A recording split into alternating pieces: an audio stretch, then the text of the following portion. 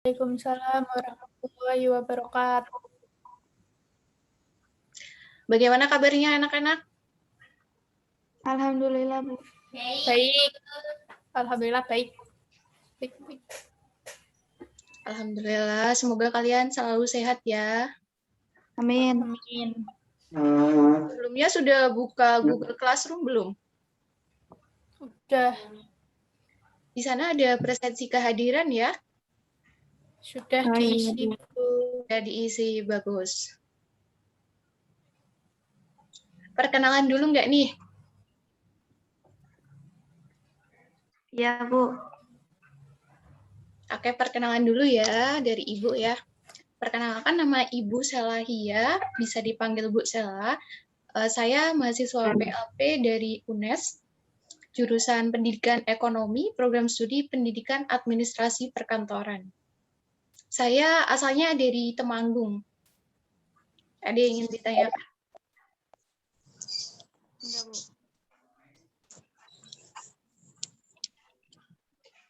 Tanya gimana, Bu? Tanya apa aja? On-cam yuk. Yang belum on-cam, on-cam yuk.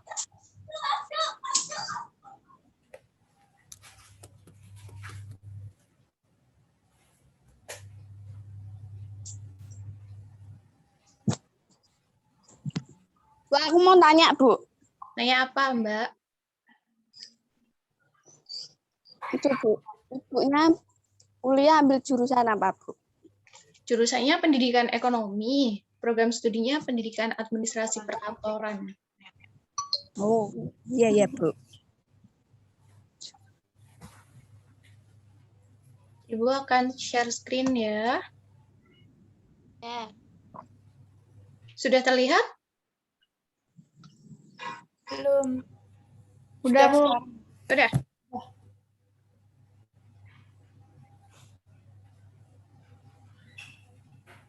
Oke. Kita mulai ya. Pada hari ini kita akan belajar KD 3.3, yaitu menerapkan prosedur penggunaan peralatan kearsipan. Masih terlihat kan? Share screen-nya? Iya.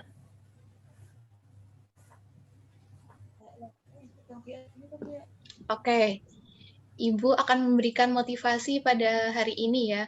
Orang sukses itu selalu haus akan ilmu pengetahuan dan juga pengembangan diri.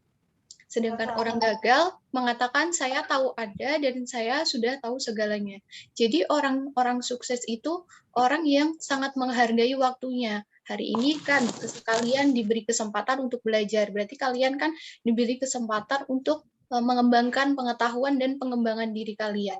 Tentu kalian adalah, saya percaya bahwa kalian adalah calon orang-orang sukses yang selalu memanfaatkan waktu dan haus akan ilmu. Jadi marilah hari ini kita belajar bersama-sama untuk mengembangkan diri kita dan untuk memperluas pengetahuan kita. Kompetensi dasar yang akan kita pelajari hari ini yaitu 3.3, menerapkan prosedur penggunaan peralatan kearsipan dan menggunakan peralatan kearsipan.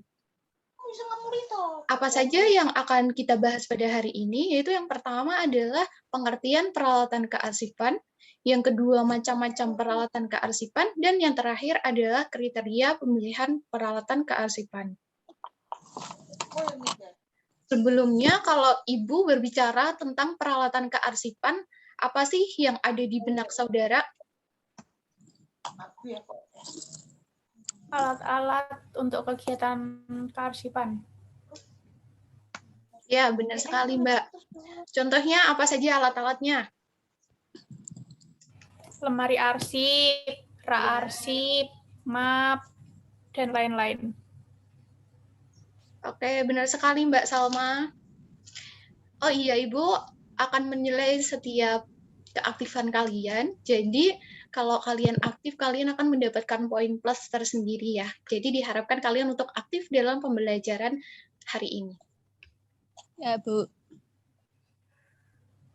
Yang pertama adalah pengertian peralatan kearsipan.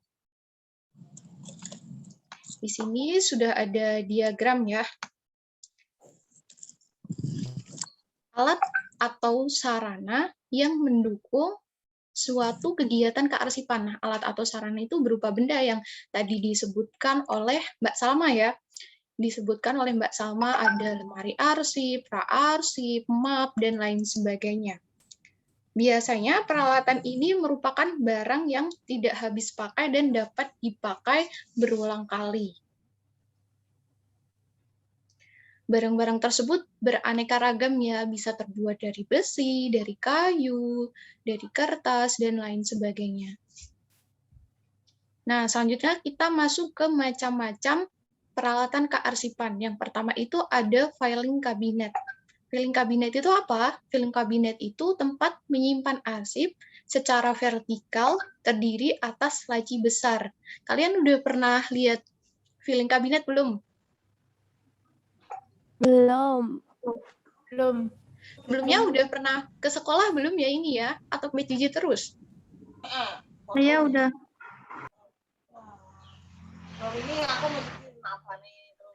Pernah ke lab apa enggak, Mbak? Belum. Belum. Semoga pandeminya segera berakhir ya, bisa ketemu sama teman-teman, bisa lihat apa saja sih isi lab perkantoran.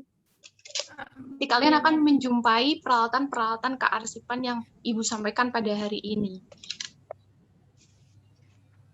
Oke, filing cabinet itu bervariasi ya, mulai dari ada yang ada yang 2 laci, 3 laci, 4 laci, maupun 6 laci. Tapi biasanya yang sering digunakan itu yang 4 dan 6 laci. Jenis filing cabinet itu bisa menampung kurang lebih itu 5 lembar arsip.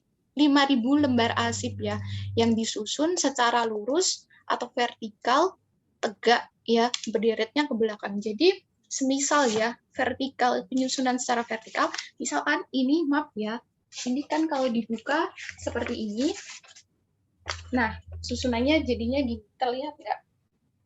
Nah, ini vertikal ya. Jadi seperti menghadap ke atas gitu ya anak-anak ya. Nah, biasanya dalam satu laci, satu kotakan ini bisa menampung 5.000 lembar arsip ya. Selanjutnya, filing cabinet itu berfungsi untuk menyimpan berkas arsip yang bersifat inaktif. Sebelum arsip itu disimpan dalam filing cabinet, itu dimasukkan ke dalam folder-folder. Nah, folder-foldernya itu seperti ini. Jadi, surat-surat atau warkat-warkatnya itu masuk ke dalam folder, lalu nanti dibatasin dengan guide-guide atau pembatas dalam setiap folder. Misalkan ya, Ibu itu menyimpan dengan sistem tanggal. Nah, di situ ada Januari, Februari, Maret, April gitu ya, anak-anak. Nah, itu bisa guide-nya itu Januari, terus di belakangnya ada folder. Nanti isinya surat apa saja yang masuk pada bulan Januari ini, begitu ya. Selanjutnya adalah rotary. Rotary itu alat penyimpanan berputar. Jadi, rotary itu ya sama seperti filing cabinet, seperti lemari arsip, tapi kelebihannya itu kita bisa memutar-mutar lemari tersebut, rotary tersebut gitu. Jadi dengan alat ini kita tidak usah menghabiskan waktu untuk mencari arsip yang akan kita cari. Arsip yang disimpan pada rotary ini itu dilakukan secara lateral. Lateral itu apa sih? Ada yang tahu penyimpanan secara lateral? Menyamping. Ya, benar sekali. Jadi lateral itu dokumennya berdiri dan disusun berjajar menyamping. Contohnya seperti ini ya. Seperti ini. Menyamping dan berjajar ke belakang. Selanjutnya adalah lemari arsip. Lemari arsip itu sama, tempat menyimpan berbagai bentuk arsip. Nah, jenis pintu lemari arsip itu bervariasi ya. Ada yang besi, ada yang kayu. Nah, biasanya kan lemari arsip itu disertai dengan penutup itu ya. Tadi kan rotari kayak terbuka, terus kalau filing kabinet itu seperti laci-laci yang bisa ditarik. Nah, untuk lemari arsip seperti lemari, kayak lemari pakaian kita bisa dibuka tutup itu ya, disertai dengan engsel atau pintu dorong ya, teman-teman. Selanjutnya adalah yang keempat itu adalah rak arsip. Rak arsip itu adalah lemari tanpa pintu, tempat menyimpan arsip yang disusun secara lateral atau menyamping. Nah, sama dengan rotari ya, disimpannya lateral atau menyamping. Tapi dia terbuka, tidak ada penutupnya, hanya seperti rak-rak yang ada di dalam perpustakaan. Tentu kalian pernah ke perpustakaan ya? Pernah lihat rak seperti ini? Ya. Nah, itu namanya rak arsip. Rak arsip ya, tanpa disertai pintu dan terbuka. Selanjutnya adalah map arsip. Map arsip itu apa? Map arsip itu lipatan yang terbuat dari karton atau kertas tebal atau plastik yang digunakan untuk menyimpan arsip. Nah, map arsip itu terdiri dari 4 varian. Yang pertama itu adalah stop map folio. Apa sih ciri-ciri stop map folio? Stop map folio itu map yang memiliki daun penutup pada setiap sisinya. Nah, Ibu punya stop map folio ya. Apa sih daun penutup? Jadi daun penutup tuh seperti ini ya, anak-anak. Nah, ini kan ada 3 daun penutup ya. Nah, ini yang namanya daun penutup. Nah, selanjutnya itu adalah map Snellhecter. Snellhecter itu mempunyai penjepit di tengahnya dan tidak mempunyai daun penutup. Pernah lihat map Snellhecter? Pernah. Nah, kayak ada putih-putih buat menjepit di tengahnya kan, Mbak? Nah, selanjutnya adalah folder. Folder itu map berupa lipatan kertas tebal atau plastik saja. Jadi hanya map saja tanpa disertai dengan daun penutup maupun penjepit di tengahnya. Jadi itu hanyalah digunakan untuk sementara. Misal surat masuk ya, mau disimpan mungkin disimpan sementara di folder agar tidak hilang atau rawan untuk hilang begitu ya.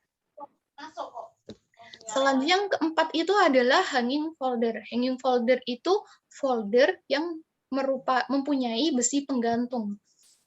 Mempunyai besi penggantung itu seperti biasanya kayak presensi kehadiran bisa digantung di TU gitu ya. Pernah lihat nggak?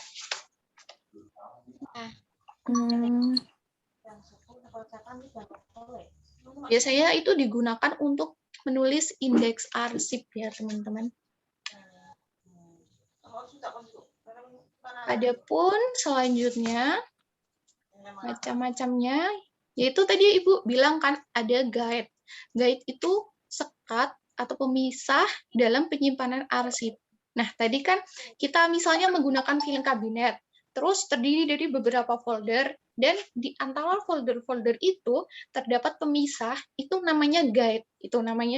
Nah, itu bisa, ini kan menggunakan sistem abjad. Jadi seperti guide-nya itu ditulis dengan huruf A, B, C, D, E, dan seterusnya, begitu ya. Jadi guide itu terdiri dari 2 bagian. Yang pertama itu tab guide. Tab guide itu merupakan bagian yang menonjol untuk menuliskan kode-kode. Nah, itu kan guide itu kan ada lurus dan ada bagian yang menonjol. Yang kelihatan itu loh, ada hijau, pink gitu, yang menonjol ke atas gitu loh.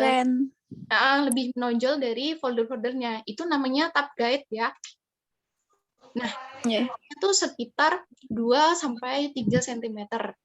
Selanjutnya adalah badan guide. Badan guide itu yang berfungsi untuk menopang arsip-arsip yang ada di belakangnya. Jadi tuh guide begini. Nah, misalkan ini guide ya, itu kan tab guide-nya gini. Di sini ada lagi gitu ya. Nah, ini yang namanya badan guide-nya. Badan guide-nya itu permukaannya gitu loh. Nah, itu namanya badan guide. Jadi, untuk menempatkan posisi tab guide, terdapat beberapa aturan yang harus diikuti. Antara lain, yang pertama, tab guide pertama. Tab guide pertama itu terletak pada posisi sebelah kiri atas, dan tab guide pertama digunakan untuk menuliskan kelompok atau main subject. dari arsip yang disimpan. Jadi urutannya itu dari sebelah kiri, itu misal A ya, terus sampingnya B, C, D, itu tuh semakin ke kanan gitu. Paham? Ya, paham. Jadi kan nggak numpuk ke belakang terus, tapi dia menyamping gitu. Jadi semuanya kelihatan dari depan. Misal A sampai Z gitu. Jadi kelihatan sini A, sini B, sini C begitu.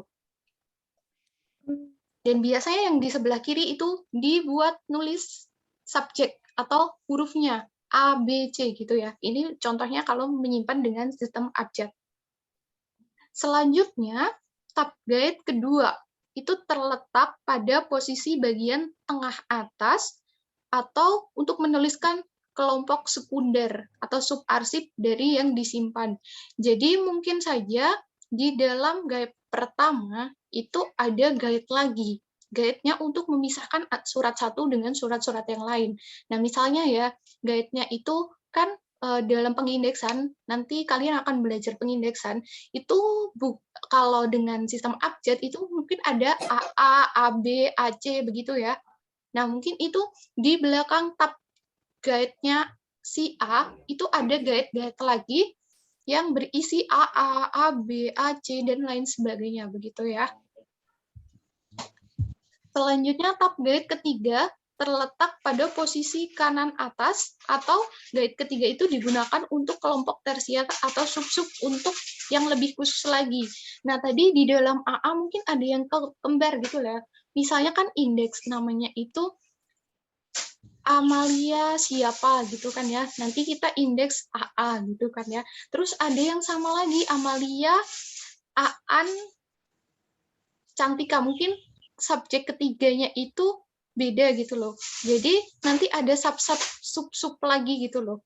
Misalkan tadi tab guide pertama ya, terus tab guide kedua AA, AB gitu. Tapi ada yang sama AA, berarti ada sub-subnya lagi. Berarti misal AA, A atau AAB gitu loh.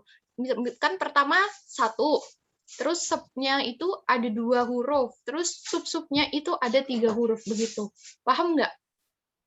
Paham. Nah, selanjutnya itu ada ordner. Ordner itu apa? Ordner itu membesar tebal dengan ukuran punggung. Kurang lebih itu 5 cm, jadi tebal ya. 5 cm yang di dalamnya ada besi penjepit. Bisa dilihat kan ada besi penjepitnya? Ya. Nah, biasanya untuk masuk ke dalam ordner itu suatu arsip harus dilubangin terlebih dahulu dengan perforator. Selanjutnya adalah stapler. Kalian kalau nyebut ini staples atau stapler? Staples. Salah ya, Staples. anak AP harus tahu yang benar. Jadi untuk alatnya itu namanya stapler dan isinya itu namanya staples. Jadi kalau kalian ke suatu toko peralatan, kalian bilang, Bu, mau beli staples, itu sebenarnya kalian tuh ingin beli isinya ya. Kalau alatnya itu namanya stapler dan isinya namanya staples. Anak AP jangan mau salah ya. Harus. Yeah. Selanjutnya adalah perforator. Nah, perforator ini fungsinya untuk apa? Untuk melubangi kertas atau kartu. Nah, benar sekali Mbak Valencia. Jadi sebelum suatu arsip itu masuk ke dalam ordner, ke dalam Snellhector, itu biasanya kertasnya dilubangin dulu ya dengan perforator. Kalau anak AP nyebutnya jangan mau beli pembolong, Bu, gitu jangan ya. Jadi ini namanya perforator untuk melubangi kertas ya, bukan pembolong gitu ya. Anak AP harus keren dikit dong. Selanjutnya ada lagi numerator. Numerator itu digunakan untuk membumbuhkan nomor. Biasanya ketika kita menyimpan arsip, kadang kita ada tanda diterima gitu ya. Tanda diterima tanggal berapa gitu. Nah, numerator itu berfungsi buat ngecap tanggal gitu, bisa ya. Kayak tanggalnya itu bisa diputar-putar gitu, sesuai angka yang kita inginkan. Nah, nanti kita dicap, di stempel gitu ya. Selanjutnya adalah kotak atau box. Nah, kotak atau box itu menyimpan arsip inaktif. Mungkin sementara aja masukin ke kotak dan disimpan ke dalam bagian arsip-arsip yang inaktif gitu ya. Yang selanjutnya itu adalah alat sortir. Alat sortir itu apa? Alat sortir itu memisahkan surat atau warkat yang diterima. Nah, suatu surat itu masuk kan ya, belum sempat kita beri tanda untuk kearsipan, maksudnya beri tanda beri tanda simpan gitu ya. Belum dikode, belum ditanda terima. Nah, mungkin kita disortir dulu lewat situ ya, mungkin ini undangan, ini surat pemberitahuan, atau ini surat keputusan, begitu kita sortir dulu sementara di alat sortir ini, begitu ya anak-anak. Ya. Selanjutnya adalah label. Kalian nggak asing kan sama label? Label Nggak. itu memberi judul pada map atau folder. Nah, tadi itu mungkin di sini bisa ditempel label gitu kan ya, label. Misal ini foldernya adalah folder AA atau subjeknya AA. AA itu sistem abjad ya, begitu ya. Misal ini A gitu bisa, atau mungkin pakai sistem tanggal, ini dinamai Januari gitu juga bisa ya. Selanjutnya adalah Tickle file. Itu adalah digunakan untuk menyimpan arsip berbentuk kartu. Nah, Tickle file itu biasanya bisa terbuat dari kayu, bisa terbuat dari besi. Nah, untuk apa? Untuk menyimpan warkat-warkat atau arsip-arsip yang berbentuk kecil atau berbentuk kartu. Kalau kita nyimpan kartu segini, tapi kita simpannya ke folder, tentu dia akan lari-lari ya, nggak bisa dijepit pakai daun penjepit, atau nggak bisa dijepit dengan alat penjepit Rapi. yang ada snail hacker gitu ya. Jadi agar rapi dan mudah ditemukan, kita menggunakan tempat yang khusus ya untuk kartu. Selanjutnya adalah Cardex. Simpanan kartu indeks. Ya, menyimpan kartu indeks ya, Mbak. Menyimpan kartu indeks itu dengan menggunakan laci-laci yang dapat ditarik keluar memanjang. Nah, ini hampir sama ya dengan filing kabinet, tapi dia dalam versi mininya gitu ya. Biasanya Cardex itu juga terbuat dari besi baja yang terdiri atas tumpukan laci mungkin sebanyak 18 sampai 15 buah ya. Namun terkadang Cardex juga ada yang terbuat dari kayu. Yang selanjutnya adalah rak atau laci untuk menyimpan kartu ukuran kecil. Jadi ini tuh bersifat terbuka, rak kartu yang terdiri dari deretan-deretan kartu yang tersusun ya. Jadi biasanya rak kartu terbuat dari kayu dan disesuaikan dengan kebutuhan suatu perusahaan atau suatu instansi. Yang terakhir itu ada alat penyimpanan khusus. Alat penyimpanan khusus itu apa? Yaitu alat yang digunakan untuk menyimpan suatu arsip yang dalam bentuk non-lembar. Ya, benar sekali. Tadi yang jawab file siapa ya? Aku. Mbak Valencia ya? Ya. Itu kan kayak modem tuh, Bu. Ya, bukan modem, Mbak. Kalau modem kan seperti kita menghasilkan suatu jaringan ya. Flash disk yang ya kayak flash disk, ya. Memory card gitu ya. Iya, ya. Jadi ada CD begitu. Mungkin kita kan sekarang ini udah modern ya. Apalagi PJJ ya. Kita praktikal menyimpan arsip. Kita nggak mungkin dong misal kalian harus punya filing kabinet, kalian harus nyimpan dalam ini itu gitu kan, tidak semua anak-anak punya peralatannya ya. Nah, kita harus bervariasi, berinovasi ya dengan menggunakan alat-alat yang gampang ditemui. Misal kita juga bisa nyimpan menggunakan Google Drive ya. Bisa dengan flash disk, bisa dengan perangkat komputer Anda, ya. Nah, gitu. Selanjutnya adalah kriteria pemilihan peralatan kearsipan. Yang pertama itu disesuaikan dengan bentuk dan ukuran fisik arsip. Seperti yang tadi Ibu bilang, mungkin suratannya lembaran biasa kayak kertas HVS, itu bisa disimpan di folder, bisa diletakkan di lemari arsip, di filing kabinet, atau rotari. Sedangkan untuk kartu, kalau disimpan di situ kan tidak memungkinkan ya. Jadi tergantung bentuk dan juga ukuran dari arsip tersebut ya. Selanjutnya yang kedua itu memperhatikan sifat arsip. Yang pertama mungkin itu sifat arsipnya rahasia loh.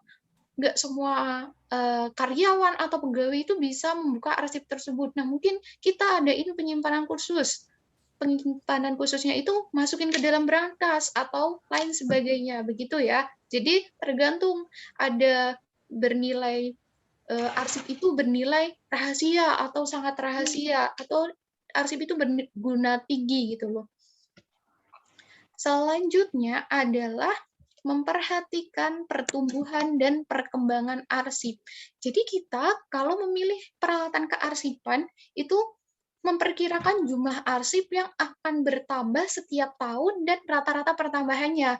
Tidak mungkin kita hanya membeli suatu peralatan arsip itu yang hanya berguna sebulan saja. Padahal kan kita masih butuh arsip itu dalam 1 tahun, begitu loh. Jadi kita harus memperkirakan mungkin dalam 1 tahun itu kira-kira ada 5.000 arsip yang masuk. Jadi kita harus milih yang mana ya, gitu ya. Jadi selanjutnya adalah memberikan kemudahan. Peralatan arsip yang kita pilih itu harus memberikan kemudahan kita untuk menyimpan dan untuk menemukan kembali. Jadi bisa tersusun ya, tersusun secara rapi dan memudahkan kita dalam proses kearsipan. Yang kelima yaitu mempertimbangkan besar ruangan. Misalkan ruangan kearsipannya itu tempatnya tidak terlalu luas, jadi kita harus memikirkan kira-kira apa ya yang tepat untuk ruangan ini. Jangan ruangannya sempit tapi kalian beli peralatan yang besar-besar sehingga sesak cuma lemari doang, kalian nggak bisa masuk gitu kan, aneh ya. Jadi harus mempertimbangkan besar ruangan yang ada. Selanjutnya adalah bentuk organisasi. Bentuk organisasi ya, mungkin atau bentuk suatu penyimpanan itu. Misalkan di kantor, mungkin rapat-rapat kalian ya disimpan dalam lemari arsip agar terjaga karena tidak sering untuk dibuka tutup, hanya mungkin 1 semester sekali gitu kan ya, atau 1 semester 2 kali, semester akhir semester begitu ya. Tapi kalau di perpustakaan kita susah dong kalau mau nyari buku terus buka tutup gitu kan. Mungkin nanti engselnya malah patah ya. Nah, mungkin kalau di kantor itu lemari arsip yang bisa dibuka tutup, tapi kalau di perpustakaan itu menggunakan rak arsip agar bisa dilihat dengan sesuai dengan apa yang dibutuhkan oleh pengguna. Selanjutnya adalah tingkat perlindungan ya. Tingkat perlindungan terhadap arsip yang disimpan, yaitu entah itu kelembapannya, kebersihannya harus dijaga ya agar arsip itu tidak rusak ya teman-teman, karena arsip itu penting. Dan yang terakhir adalah biaya yang dialokasikan. Kita harus mempertimbangkan biaya untuk membeli peralatan dan untuk memelihara arsip-arsip tersebut. Oke, terima kasih. Ada yang ingin ditanyakan? Tidak. Oke. Bagaimana pembelajaran pada hari ini, anak-anak? Seru. Gimana, Mbak? Gimana? Iya, Bu, bisa dipahami. Bisa paham kan? Bisa. Oke, jadi Ibu akan memberikan kesimpulan pertemuan pada hari ini ya. Jadi kita tadi belajar tentang pengertian. Jadi pengertian itu peralatan kearsipan itu apa? Nah, secara singkat adalah suatu sarana yang digunakan untuk mendukung kegiatan kearsipan. Selanjutnya macam-macamnya apa aja ya? Tadi ada yang ingat macam-macamnya apa aja? Filing cabinet. Iya, ada filing cabinet, benar sekali. Ada Lemari arsip, Iya, benar sekali. rak arsip. Iya, selanjutnya apa lagi? Map. Ada kardex, ada perforator, stapler, stapler, dan lain sebagainya ya. Paham ya Ya. penggunaannya bagaimana ya? Iya, Terus paham. selanjutnya ada bagaimana cara pemilihan alat kearsipan yang benar. Mungkin kita memperhatikan bentuknya, bagaimana biayanya, bagaimana bentuk suatu organisasinya, nilai arsipnya, dan lain sebagainya ya. Kalian paham ya, hari ini bisa masuk ya? Bisa. Alhamdulillah. Ibu nanti akan memberikan tugas ya dengan Google Form. Ibu beri waktu maksimal dikumpulkan minggu depan ya. Ya. Nanti Ibu unggah soalnya di Google Classroom. Ibu juga udah record pertemuan pada hari ini. Nanti teman-teman yang belum bisa join di sini bisa lewat YouTube, nanti Ibu unggah ke YouTube atau ke Drive ya. Ibu mau ambil dokumentasi dong, bisa on cam dong.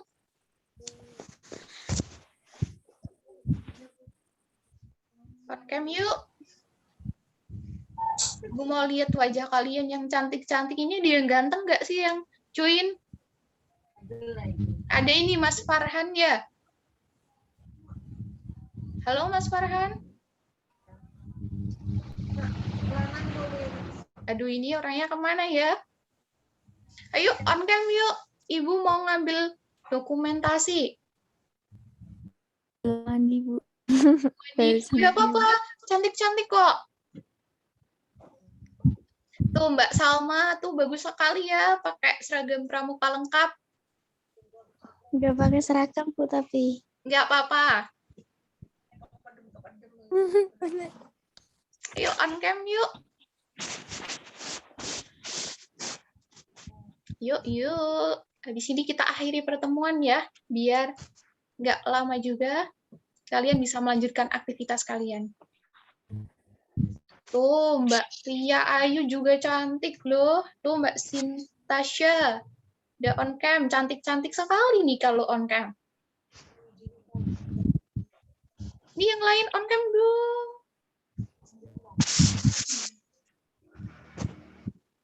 Ya udah, Ibu akan ambil foto ya. Foto bersama ya. Ntar 1, 2, 3.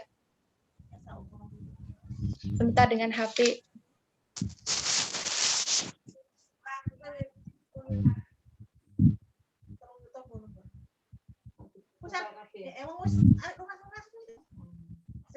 Kayak 1, 2, 3. Udah. Terima kasih ya, Ibu akan akhiri pertemuan pada hari ini. Kalian tetap semangat, jaga kesehatan ya. Jangan pergi-pergi kalau nggak begitu penting ya. Tetap sehat ya kalian semua ya. Selamat bertemu minggu depan ya, pertemuan ke depan ya. Minggu depan masih sama Ibu ya. Ibu akhiri. Sebelumnya mohon maaf kalau hari ini Ibu ada salah kata atau salah ucapan yang tidak berkenan di hati kalian semua ya. Ibu akhiri pertemuan pada hari ini. Wassalamualaikum warahmatullahi wabarakatuh. Makasih ya, Bu. Sama-sama. Waalaikumsalam warahmatullahi wabarakatuh. Kalian bisa live.